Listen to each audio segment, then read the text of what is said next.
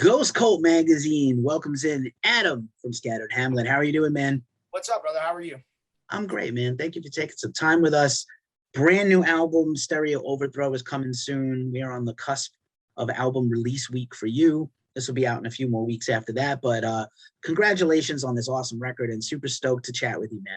Thank you. Appreciate it. Yeah, it's been a long time. This album's been a long time in the works.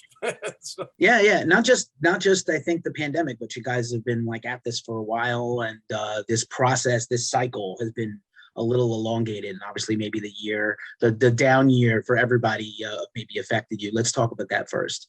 It was crazy. We had this like the main tracks for this recorded before the pandemic hit, and then the pandemic hit. And it kind of was like, all right, well, there's some, we can tweak it more because we can't get out and tour. So, we ended up tweaking it some more and, messing with it. I added some more, ideas that were kind of more consistent with the pandemic, because a lot of the frustration that we started talking about with the album was more like directed towards like the industry in general. And then the fucking pandemic hit. And then it was like, well, a lot of the stuff we're saying is the same damn theme as the thing. So we kind of just put the two ideas together and came up, with the Stereo Overthrow concept.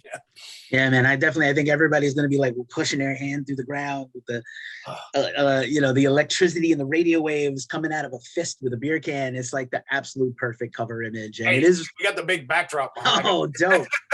ready to go on stage. I love it, dude. Yeah, you're there in the rehearsal spot or something. This is my personal studio. We don't really rehearse down here, but this is like I have a studio like right in our house, and it has I do some of the album overdubs here. I record most of the vocals here by myself and stuff, but just because it's usually the last thing we do in the studio. And if I'm down here in my own world, if I don't feel like singing that day, I'm not on the clock or paying for shit, I can hook up a microphone and do that stuff down here.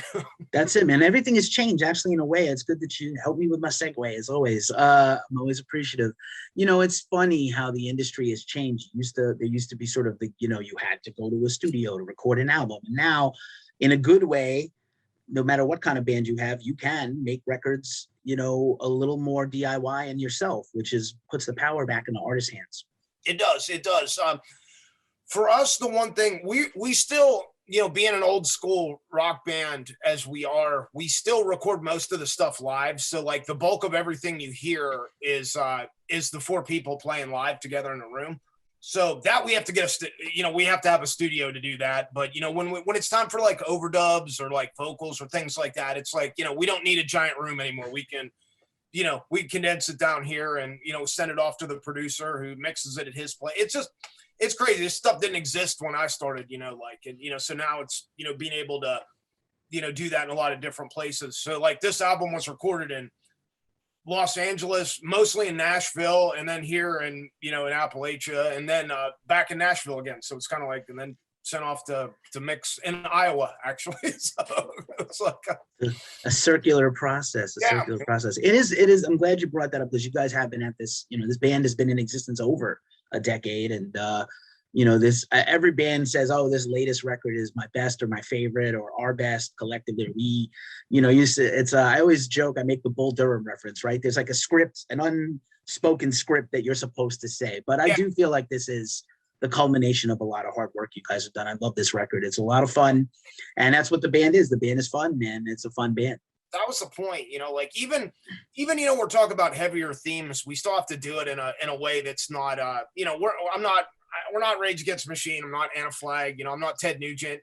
Like it's like we're not about a message. I mean, we stand on a beer keg. So if we're gonna send a message, it has to kind of be in our own way, and it has to have a sense of humor. Like it's, we always, our personal thing is I don't give a shit what your personal politics and stuff are, but that's not. It can't be associated with the band, so we've had friends and stuff that have wanted to play with us, but they're spouting off at the mouth all the time on Facebook or Instagram or whatever about their political beliefs. And I'm like, bro, I won't let you play with us because every post you make is divisive. And we're not a band that's trying to be divisive. We're just, if anything, just trying to have fun and bring people together. So like that's been one of the important things for us is not standing too far on any. Right. Where nobody's above anybody else. And it is a weird time in the world. Put politics aside, people are more divided than ever. And we have a lot more in common than we have that sets us apart. I always Absolutely. believe. And I have respect. Hey, look, I grew up playing in political punk bands. I have so many friends that are, that's a big part of their music and their mission, and that's cool, but that's just not ours. That's just not part of our mission. So it's right. I get it. I respect it. And I like people. I always say I judge people by the content of their character. I don't give a shit, what you do, outside of that, we can all sit down and have a beer and it'll be good.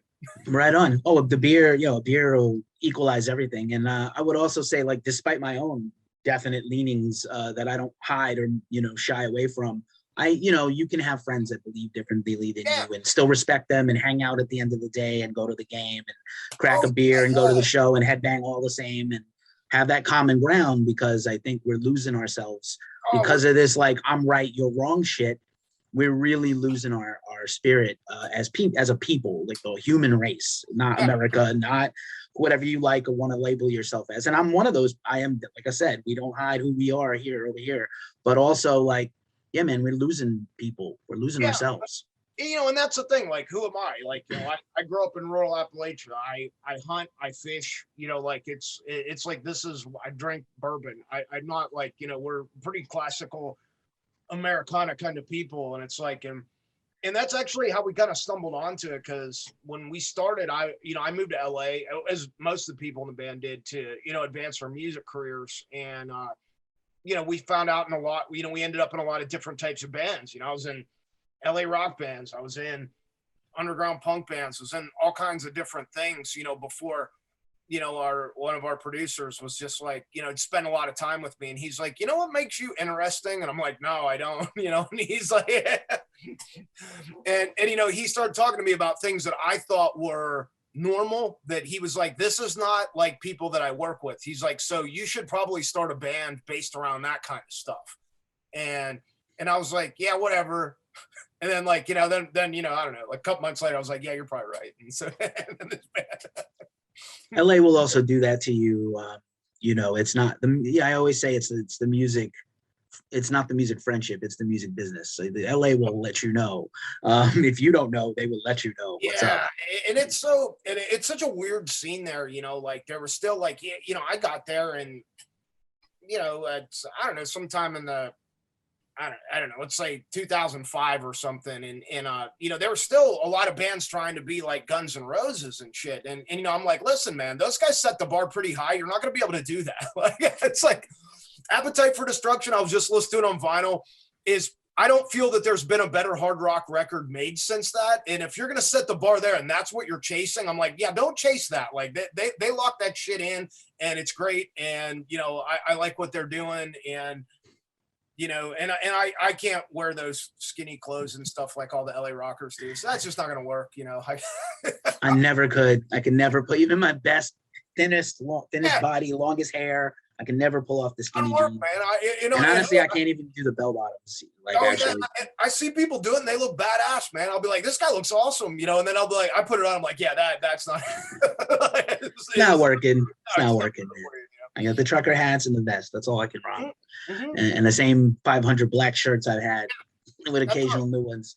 Yeah, that's a good thing about living here versus in California. I actually have like space and shit. But yeah, like my closet is just like black shirts with no sleeves. It's like, look, they're all hanging up. That's it. Yeah.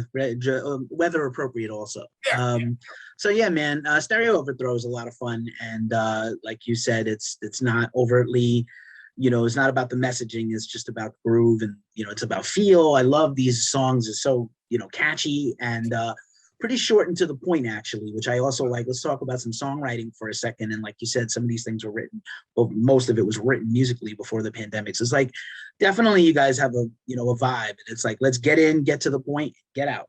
Yeah, we learned that from being punk rockers, like it's, believe me, I like, take a jam like Freebird or something, it might be cliche, but that's fucking awesome. Like, don't get me wrong. Like, I was just listening to Am I Evil before we came on here. I'm like, this song's freaking damn near 9 minutes. And like, and it takes you on a journey. I'm not really that guy, like, again, I don't have the bell bottoms. I don't, it's like, not that those guys do, but that's that's what that band does, you know, like, or like a band like Tool creates these like intricate soundscapes, you know, and I think it's important to kind of know what you do. Like a lot of my, you know, like I've gotten to the point where I'll have, you know, people and, you know, friends that I've been around, like will send me their demos from their band, and I piss them off a lot because, you know, some of my answers are not, it's not that you're not, I don't believe you're good at what you're doing. It's like, but dude, tell me what you're doing.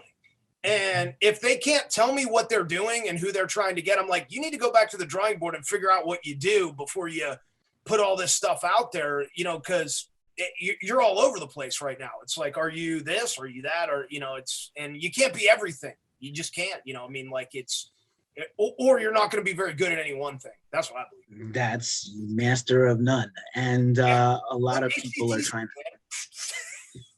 Those guys, they had it, man. It's like they've done the same formula and it fucking works. How good was that last record? I can't even power up. I was pleasantly surprised with how great it was. I was hoping it would, you know, obviously it wouldn't be bad, but I just didn't know it was going to be so good. Yeah. It's and it's they just keep honing what they do, and you know, it's like that's what AC/DC does, and they are phenomenal at it, you know, and. Yeah, I love that kind of stuff. I love bands, like when I listen to a lot of different kind of bands or artists, like I really like artists that just do things really well. Like I'm a big Social Distortion fan. Like I think Mike Ness is the king at this Americana, like kind of cowpunk, like sort of like working man. Like he's the outlaw love song writer, and it's fucking awesome. Like it's just, I can't do that. You know, I wish I could, you know, you know, I'm a big fan of that. And, you know, you said you're up there in Northern California. You know, I just caught Rancid when they came through, and, yeah, these guys kill it, man. I mean, still great. So great, you know, and it's like, they played most of the stuff from And Out Comes the Wolves. And, it was just like, wow. Yeah. Like you guys playing this, it's the same, you know, it's just as good as it was the first time I heard it. You know, and they're still making great music, you know. So. It's wild to me that like Social D is now almost a 40-year-old band, and like Rancid and that era of sort of ska and pop punk is now 25, almost 30 years old. And I'm like, where did the time go? Oh, I know. I was just on there. I wanted to buy, Mike Ness was selling one of his Cadillacs. I was like telling my wife, I was like, I want to buy one of Mike Ness Cadillacs. She's like, do you even want a Cadillac? I was like, no, I want Mike Ness's Cadillac. It's probably seen some shit in it. I just want and that would be a conversation talker, you know, like it'd be like, wow. Yeah, I just saw Social D. They were right before Metallica at a festival out here in Aftershock at Sacramento. It was pretty good. Social D together, like that's what I love. I love that kind of stuff. Yeah, and actually, just out of diversity, the last three bands that day were like Rise Against, who's still like on the in between like metalcore, thrash, emo. They got all the little check boxes. Social D. It was like Social D, and then Metallica, and I was like, that is wild. That is a wild 1, 2, 3 for the end of a weekend. Far apart as people think, you know, like if you really listen to like Heffield and his vibe and you know and the stuff that he does, I was like, him and you know, like they have a different, you know, way of presenting it, but it's like he's pretty him and Mike Ness got a lot in common, you know. Surprisingly, like, artistically anyway. We will probably get within 10 years like a James Hetfield cowpunk country weirdness solo album that'll just be probably what like should have been Loaded Reload, that would have been like old James, Mama Said and Outlaw Torn, but just James with like a banjo and a 12 string and just him and an all-star, whoever he wanted to be on his record. Imagine getting that phone call. And I'm, James, if you're listening, I'm waiting for that phone call. I mean, we all are. I got the banjo. I'm ready for this shit. I've been waiting for real. But it's so are you from that area originally? Are you from, as you said, Appalachia? I grew up here. I went to I was born in Long Island, New York, and I went to school there till I was about in like 4th, 5th grade, and then I ended up getting, you know, through. So a lot of my, I don't know, there's two different formidable years. There's your grown up formidable years, and then there's your like kind of adolescent formidable years. So like my adolescent formidable years were Appalachian, you know, so like that's, and obviously this is where I still live. So, you know, it obviously resonated a bit more. And even like, you know, where I was from on Long Island, it was changing a lot. Cause like my family were like farmers out there, you know, so they were a dying breed whenever I was born, you know. So, you know, you take that, and, you know, my grandfather got rid of his farm in the 80s, you know, to sell it to like vineyards and stuff that came in. So like now it's like you know, it's a very like wealthy area. And like I remember going out on the farm there and you know, rabbit hunting and stuff, you know. So like when people talk about like, you know, my New York experience, I'm like, no, I don't think that you're following, you know, like you're thinking of it a little differently. It wasn't a lot different than how I grew up now. You know, I grew up riding motorcycles there and in the woods and stuff, you know. So it's you know, it's just I don't feel there's a lot of that going on there now, you know. But you know, that's kind of it. And you know, I would say that whole stamp of all those things is kind of, you know, on our music pretty obviously. You know? Word. And I ask because I feel like that area of the country doesn't get enough like proper respect culturally in the whole country, because in the whole music world right now, there's kind of these double things going on where metalheads suddenly like this American folk music, roots music, blues music, Americana, if you will, is the label title. But like, you know, this dark folk and Americana is like, metalheads love these artists, but also we'll go back to rock and heavy metal bands. And so and this comes from this part of the country, for those that don't know in the sound of our voice and watching this video. And so I always feel like they don't get enough dap. There's been some really great documentaries about Appalachian music and its impact on people and how it seeped into everything else. But I think it's really it's got a very rich history. I wholly encourage people.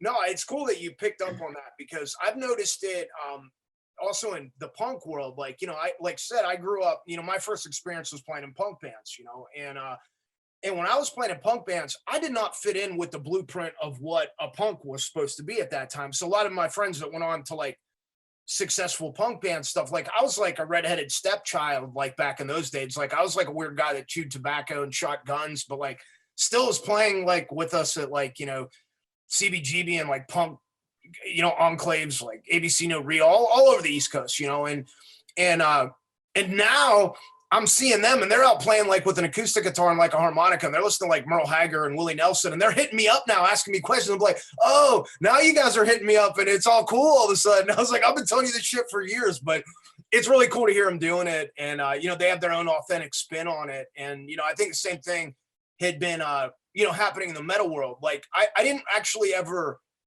play in the metal world. Like, I mean, we do some now, like, but you know, growing up I didn't, but I was a big metal fan. And that was also a big bone of contention in the punk rock world. Like that there's this guy who, you know, was very much into thrash metal and, you know, and all that kind of stuff. So yeah, it's cool. I like to see the coming together, you know. Yeah, word. Very much like my own childhood, where I was a metalhead that liked punk and punks, and then on my first punk shows were like punks and metalheads did not like each other, and then like you're gonna get beat up if you wear that Metallica shirt and they see your long hair, asshole. And then like a year later, everybody was cool. But I had the same experiences in CBs and ABC No Rio and Wetlands and all that, SOBs and all these things. And yeah, it was quite a time in the world. But yeah, man, I appreciate that, and I think it does help make the band more well-rounded, the band more well-rounded. Yeah. To me, it was always very like I always saw Motorhead, because is Motorhead a punk band or they a metal band? And you know, Lemmy kind of walked in. Lemmy was like, I don't give a fuck, I'm Lemmy, you know. And like, so to me, that was kind of one of our, you know, influences that we never hide. You know, it's like, you know, we busted out. You know, we've been playing. You know, we'll bust out a Motorhead song in our sets pretty frequently, you know, just as that. And, you know, that was always kind of like where, you know, it was just be yourself, you know, I thought the message was of it, you know. Right on. I always feel like there's the three bands that punks and metalheads all agree on, and it's Motorhead, Ramones, and Misfits. Some people don't like Misfits because they don't like Danzig, but Misfits it's kind of hard to deny the quality of the Misfits stuff, like accidental greatness of the Misfits. So Rich just saw, our bass player Rich just went to Danzig Sings Elvis, and he said it was phenomenal. Like we were in Austin, Texas one time, and we played a small dive, and you know, we made our meager amount of money. We had the day off the next day, and we realized that COC and Danzig were playing the next day at Stubbs Barbecue, and we had the day off, and we're like, let's just take all the money that we made and we'll all just go see Danzig. And it was like, it was so awesome. Like, you know, and it was so cool because he was at that point in time, half part of his set, Doyle will come out and he would play Misfits songs. And we were so excited when the Misfits were playing, like we're standing there and then we like look over and like, oh, COC's standing next to us. And we're all just sitting here singing Misfits songs. And it was like, it was just such a great unifier and like one of those like cool moments that, you know, probably wasn't financially responsible move at the time, but I don't regret it for a minute, you know? Seems worth it to me. As we wind this down, for people who are not familiar with your band, even though you've been a band for 10 years, played everywhere, open for anyone, you know, if they didn't know your band and you had to give them like an elevator pitch, like check my band out and here's why, what would you tell them? You know, honestly, we, for like people, it depends if you're like a hardcore music fan or not. Like when I'm walking around town and people are like, hey, what's your band sound like? I'll just be like, I don't know. It's like if you cross like Skinner and Molly Hatchet and Motorhead basically is kind of what I tell people. I'm like, we're sort of there, you know, like that's where, if you don't like that, if that sounds bad to you, you're not gonna like what we do. You know? That is a good way to put it. A lot of great guitar stuff for guitar nerds, great grooves, good songwriting, man. Very sincere. Got the right songs. That's the big thing for everybody, you know, like it's the, you know, I always say it's the songwriting and you know, we're guitar nerds. There's no, you know, there's no question about that. But, you know, we're not like, you know, we're not going to be like on G3 or anything, you know, and God, I love that stuff, but don't get me wrong. And, you know, but we're not impressing Yngwie or anything, but, you know, we've got our own vibe, you know, like we kind of do our own thing with, you know, we got Slide and Sean's, you know, playing, you know, everybody that's played with us been, you know, good players. And it's been a lot of fun. We've done a lot of different ways, 3 guitar players, 2 guitar player, 1 guitar player. You know, over the years, we've experimented. So we kind of, I think we're at 2 now. So like yeah, whatever gets you by, man. Stereo Overthrow's coming out and, on Buck Moon Productions. And yeah, man, it's been a journey following the band for over a decade. And yeah, I'm just really glad to hang with you and talk stuff, you know, talk shop with you today. And I really hope people check this record out, man. It's been a pleasure. Yeah, we hope so as well. We had a good time. You know, my personal favorite on the album, I don't know if you got a chance to listen to the whole thing. I like See You in Hell is one of my favorite ones because it was talk about a guy who was a stripped down acoustic guitar. One of our buddies is a Nashville like OG. His name's Pete Berwick. He played with us one time. This guy didn't give a fuck. And like, and I was like, this guy is who I want to be, you know, and I watched him and he played his whole set acoustic and he played this song called See You in Hell. And this was years ago. And I was like, whoa. And after the set, you know, we're sitting there bullshit. And I was like, Pete, I want to record that song, but like us doing it. And he's like, yeah, go ahead. and so we did it. And, you know, it took me a long time to get it right. I was like, Pete, I'm not going to put it down until I get, you know, the demos of it right. And we got it together and we wanted pedal steel on it. And this is a cool story.